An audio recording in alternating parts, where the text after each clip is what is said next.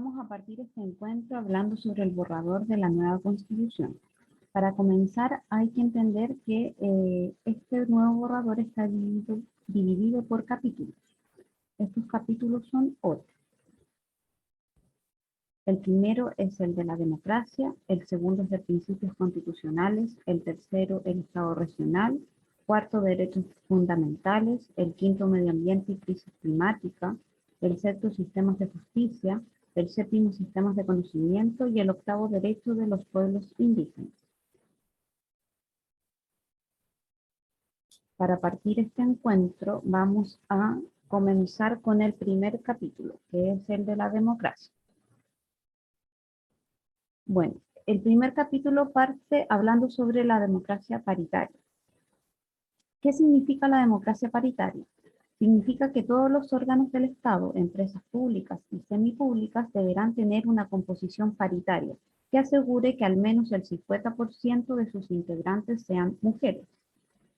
El Estado reconoce y promueve una sociedad en que mujeres, hombres, disidencias y diversidades sexogenéricas participen en condiciones de igualdad sustantiva, reconociendo que su representación efectiva en el conjunto del proceso democrático es un principio y condición mínima para el ejercicio pleno y sustantivo de la democracia y la ciudadanía.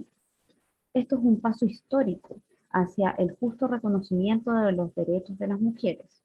Cabe recordar que el voto femenino se da desde 1934 para que las mujeres puedan votar en las elecciones municipales y desde 1949 para las elecciones presidenciales. Dentro de este capítulo también se habla sobre la participación ciudadana, en la cual indica que corresponderá al Estado en sus diferentes ámbitos y funciones garantizar la participación democrática e incidencia política de todas las personas, especialmente la de los grupos históricamente excluidos y de especial protección.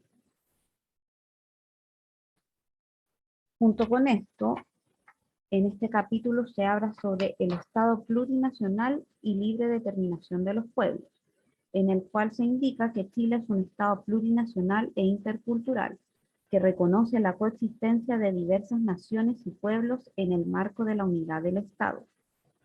¿Qué es la plurinacionalidad? Es un principio que implica reconocer la existencia de múltiples naciones en un Estado único e indivisible, en el que todas las identidades y culturas sean respetadas. Todas las naciones se rigen bajo una misma constitución y los poderes del Estado establecidos en ella.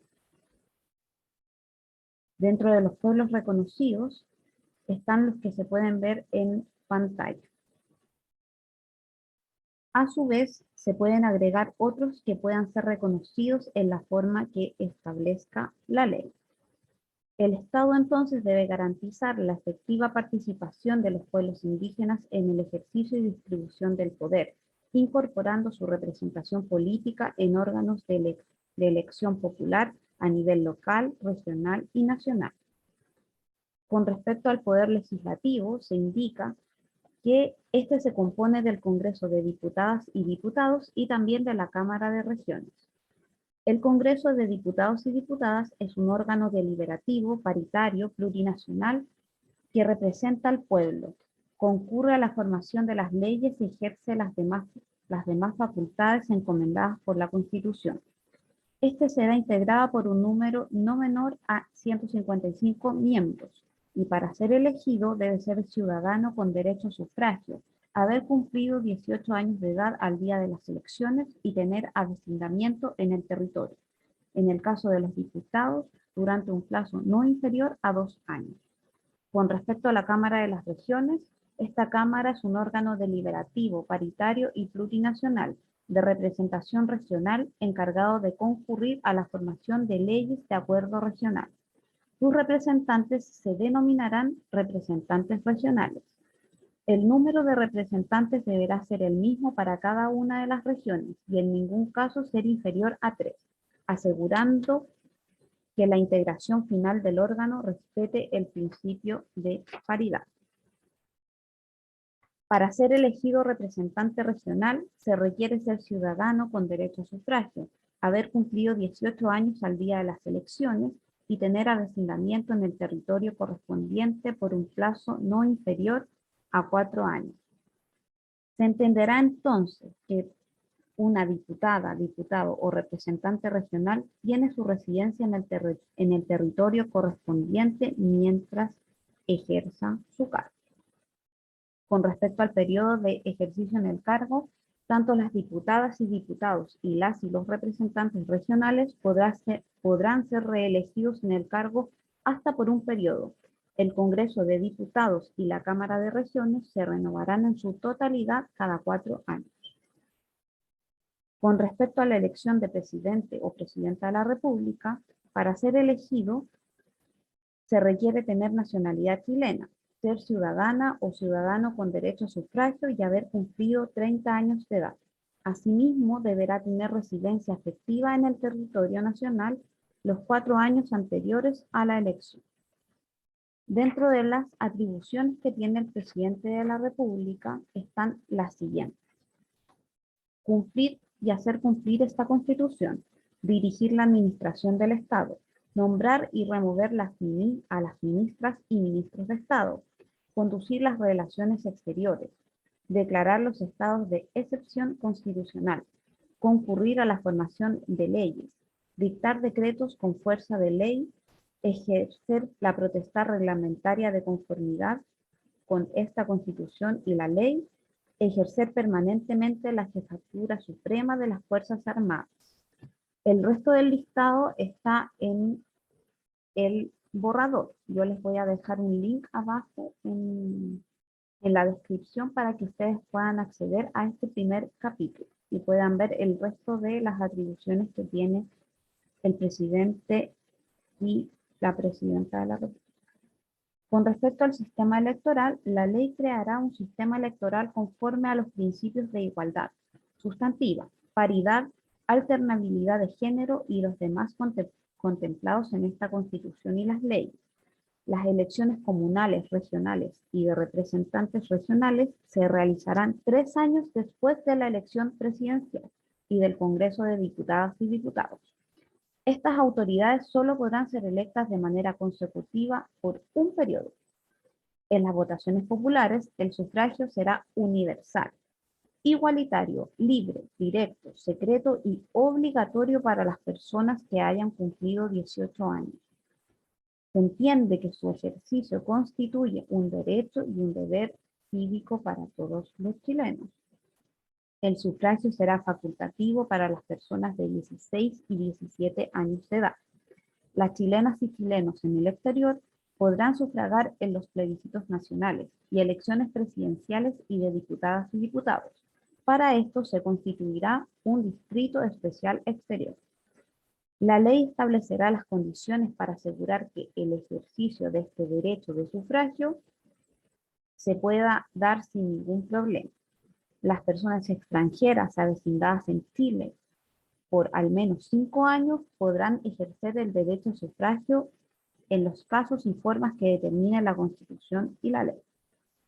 Con respecto a los escaños reservados, se establecerán escaños reservados para los pueblos y naciones indígenas en los órganos colegiados de representación popular a nivel nacional, regional y local, cuando corresponda, y en la proporción de la población indígena dentro del territorio electoral respectivo, aplicando criterios de paridad en sus resultados. Además de eso, las organizaciones políticas reconocidas legalmente implementarán la paridad de género en sus espacios de dirección, asegurando la igualdad sustantiva en sus dimensiones organizativa y electoral, y promoviendo la plena participación política de las mujeres. Además de todo lo anterior, la ley arbitrará los medios para incentivar la participación de las personas de las diversidades y disidencias sexuales y de género en los procesos electorales. Además de todo lo anterior, dentro de este capítulo se habla sobre la transparencia, fiscalización ciudadana y no más corrupción. ¿Quiénes no podrán ejercer cargos públicos? Las personas condenadas por crímenes de lesa humanidad, delitos sexuales, de violencia intrafamiliar tampoco aquellas vinculadas a delitos de corrupción como fraude al fisco, lavado de activos, soborno, cohecho, malversación de caudales públicos y los demás que así establezca la ley. Los términos y plazos de estas inhabilidades se determinarán por ley. Ojo fiscalizador. Respecto de las altas autoridades del Estado, van a ser mayores las exigencias de probidad, transparencia y rendición de cuentas. No solo los órganos encargados de hacer cumplir este principio tendrán la labor de fiscalizar, sino que el Estado deberá promover la participación de las y los ciudadanos en este rol, todas y todos comprometidos. Con las normas aprobadas, el Estado tomará las medidas necesarias para la prevención, investigación, persecución y sanción a la corrupción, para poner una mano firme contra la injusticia desde la Constitución. Siguiendo con el capítulo, este habla sobre el monopolio estatal de la fuerza. Como bien sabrán, el Estado tiene el monopolio indelegable del uso legítimo de la fuerza, la que ejerce a través de las instituciones competentes, conforme a esta Constitución, las leyes y con pleno respeto a los derechos humanos. La ley regulará el uso de la fuerza y el armamento que pueda ser utilizado en el ejercicio de las funciones de las instituciones autorizadas por esta Constitución. Ninguna persona, grupo u organización podrá poseer, tener o portar armas u otros elementos similares, salvo en los casos que señale la ley, la que fijará los requisitos, autorizaciones y controles de uso y porte y tenencia de armas. Con respecto a las Fuerzas Armadas, estas están integradas únicas y exclusivamente por el Ejército, la Armada y la Fuerza Aérea. Deberán incorporar la perspectiva de género en el desempeño de sus funciones, promover la paridad en espacios de toma de decisión y actuar con pleno respeto al derecho internacional y los derechos fundamentales garantizados en esta Constitución. El ingreso y la formación en las Fuerzas Armadas será gratuito y no discriminatorio en el modo que establezca la ley. La educación militar se funda en el respeto irrestricto a los derechos humanos. Con respecto a las policías, estas dependen del Ministerio a cargo de la Seguridad Pública y son instituciones policiales, no militares, de carácter centralizado, con competencia en todo el territorio de Chile, y están destinadas para garantizar la seguridad pública, dar eficacia al derecho y resguardar los derechos fundamentales en el marco de sus competencias. Al igual que las Fuerzas Armadas deberán incorporar la perspectiva de género en el desempeño de sus funciones y promover la paridad en espacios de toma de decisiones. Deberán actuar respetando los principios de necesidad y proporcionalidad en el uso de la fuerza, con pleno respeto al derecho internacional y los derechos fundamentales garantizados en esta Constitución. El ingreso y la formación en las policías será gratuito y no discriminatorio del modo que establezca la ley. Finalmente, el capítulo termina hablando sobre los estados de excepción constitucional. En estos estados solo se podrá suspender o limitar el ejercicio de los derechos y garantías que la Constitución asegura a todas las personas bajo las siguientes situaciones de excepción: conflicto armado internacional, conflicto armado interno, según establece el derecho internacional, o alguna calamidad pública.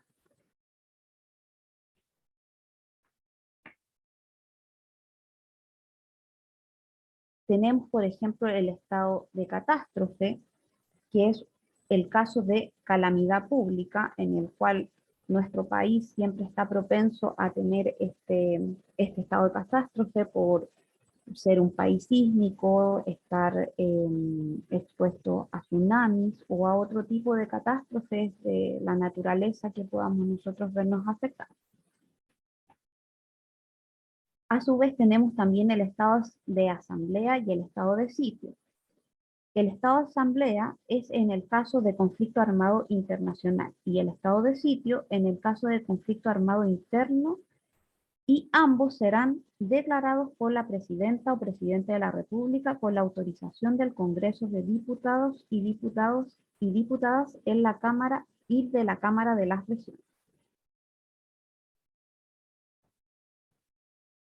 Sobre la limitación y suspensión de derechos y garantías, por la declaración de estado de asamblea, la presidenta o presidente de la República estará facultado para restringir la libertad personal, el derecho de reunión, la libertad de trabajo, el ejercicio de derecho de asociación y para interceptar, abrir o registrar documentos y toda clase de comunicaciones. También para disponer requisiciones de bienes y establecer limitaciones al ejercicio del derecho de propiedad. Con respecto a las medidas de estos estados de excepción, se deberán señalar expresamente los derechos constitucionales que se suspendan o se restrinjan, las que deberán ser proporcionales a los fines establecidos, y las medidas que se adopten durante los estados de excepción no podrán, bajo ninguna circunstancia, prolongarse más allá de la vigencia de los mismos. Para poder fiscalizar todo esto que tiene que ver con los derechos y garantías que tenemos constitucionalmente, va a haber una comisión de fiscalización. Una vez declarado el estado de excepción, se constituirá una comisión de fiscalización dependiente del Congreso de Diputadas y Diputados, de composición paritaria plurinacional, integrada por diputadas y diputados, por representantes regionales y por representantes de las defensorías de los pueblos, en la forma que establezca la ley. Dicho órgano deberá fiscalizar las medidas adoptadas bajo el estado de excepción, para lo cual emitirá informes periódicos que contengan un análisis de ellas, su proporcionalidad y la observancia de los derechos humanos, y tendrá las demás atribuciones que le encomiende la ley.